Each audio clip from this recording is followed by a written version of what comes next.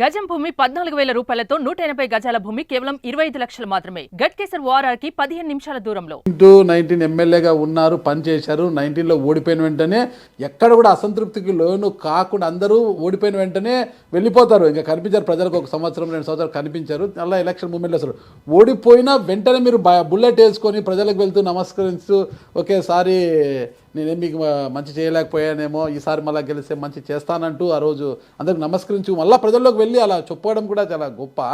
19 నుంచి 24 వరకు కూడా ప్రజల్లోనే ఉన్నారు.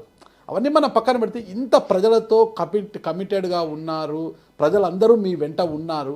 అయినప్పటికీ కూడా ఎందుకు టికెట్ విషయంలో అంత గందరగోళం నెలకొందంటారు అసలుకి? అంటే ఈరోజు 3 పార్టీలు అలయన్స్ అవ్వటం, కొంత ఈక్వేషన్స్, కొన్ని చోట్ల సీనియర్ని మార్పు కోసం అటు ఇటు మార్చటం, ఆ టైంలో పెనమలూరులో వేరే వాళ్ళకి అవకాశం ఇస్తే బాగుంటుందేమో అని చంద్రబాబు నాయుడు గారు ఆలోచన చేయబట్టి లేట్ అయింది తప్పితే వేరే అయితే నేను అనుకోవట్లేదు. ఒక బీసీ సామాజిక వర్గం చెందిన వ్యక్తిని తీసుకురావాలని ప్రయత్నించినా కూడా మొత్తం కమ్మ సామాజిక వర్గంతో కూడా ఒక తాటిపైకి వచ్చేసింది అంటారు అసలు? కమ్మ సామాజిక వర్గం అని కాదు నేను అనేది. కమ్మ సామాజిక వర్గం పెనమలూరు నియోజకవర్గంలో ఎంతమంది ఉంటారని మీ అంచనా? అంటే ఇది పెనమలూరు అంటే కమ్మ సామాజిక వర్గానికి 45,000 నుంచి 50,000 వరకు ఉంటారు. నాకు 1,65,000 ఓట్లు పడి. ఓకే, అంటే స్టేట్లో 4th హైయెస్ట్ ఓటు పోలైంది నాకు. Okay, first Palla Srinivas, 2nd Lokesh గారు, 3rd గంటా శ్రీనివాస్ అనుకుంటా, 4th నాకు వచ్చినాయి. ఓకే, అంటే ఒకటి అటు ఇటుగా 4th ప్లేస్ నాకైతే ఉంది. అంటే highest vote polled. Okay, polling votes 45,000 Kamma ఓట్లు ఉంటే 1,20,000 ఓట్లు మిగిలిన సామాజిక వర్గాలన్నీ కూడా సపోర్ట్ చేసినట్టేగా ఆ రోజు. నాకు అర్థం కాదు ఏంటంటే ఎలక్షన్ సమయంలో ఎప్పుడు ప్రజల్లో ఉంటారు, ఖచ్చితంగా ప్రజల మనిషిగా ఉన్నారు. లోకేష్ గారు నాకు తెలిసి యువగలం పాదయాత్ర చేస్తూ వచ్చారు కదా, పెనమలూరు నియోజకవర్గానికి రాగానే ఒక 4 కిలోమీటర్లు ఆయన దాటడానికి దాదాపు 7 గంటల సమయం పట్టిందంటారు అన్నమాట. అంటే అంత పెద్ద జనం మొబిలైజ్ అయ్యారు ఇక్కడ అంతా. 4 కిలోమీటర్లు కాదు, దాదాపు 10 కిలోమీటర్లు. ఓకే, 7 గంటలు పట్టిందంటే మరి ఇవన్నీ పరిగణలోకి తీసుకోలేదా? ఎందుకు ఇక్కడ కూటమి అభ్యర్థిగా ఇంకోరిని దింపాలనుకున్నారు? ఇవన్నీ ఎందుకు పరిగణలోకి తీసుకోలేదంటారు? లేదు, అదేం లేదు, తీసుకోలేకుండా నాకు ఎలా ఇస్తారు మళ్ళీ?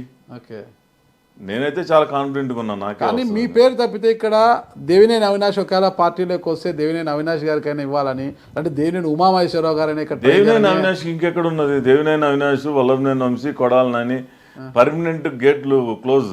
అవునా? ఓకే, దేవినేని అవినాష్ మళ్ళీ పార్టీలోకి వస్తాడనేది అయితే ఎలక్షన్ ముందు వచ్చింది.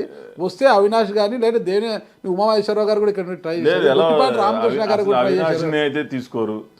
ఎందుకంటే పార్టీ ఆఫీస్ పైన దాడి చేసినాక ఇంకా తీసుకుంటారని మీరు ఎట్లా అనుకుంటున్నారు? మరి వల్లభనేని వంశీ గారు ఎందుకు గేట్లు క్లోజ్? మీ ఫ్రెండే కదా. నోరు అదుపులో ఉంటే అన్ని అదుపులో ఉంటాయి. నోరు అదుపులో లేనప్పుడు చెప్పలేదా మీ ఫ్రెండ్కి ఎప్పుడు నోరు అదుపులో పెట్టుకోవాలి అది అని? మీరు ఇద్దరు మంచి ఫ్రెండ్స్ అనేవాళ్ళు కాదు కదా.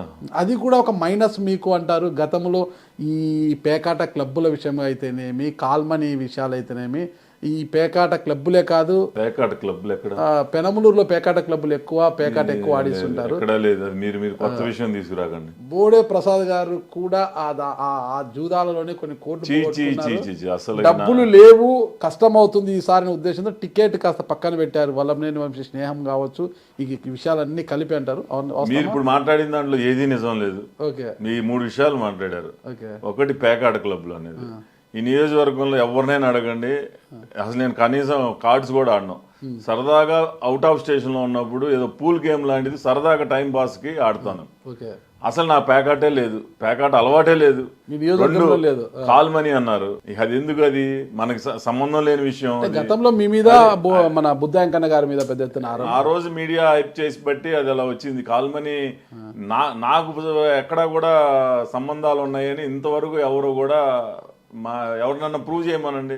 ఓకే, అసలు నేనే ఇంట్రెస్ట్లు తీసుకుంటాను. ఇంకా నేనే ఇంట్రెస్ట్లు తీసుకుంటారా?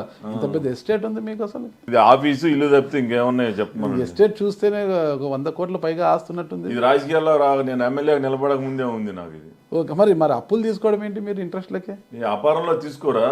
ఎంతమంది ఎవరైనా అప్పులు తీసుకుంటారు. వ్యాపారస్తులు మామూలు తీసుకుంటారులేండి, రాజకీయాల కోసం అయితే కాదు కదా. రాజకీయాల కోసం, వ్యాపారాల కోసమే.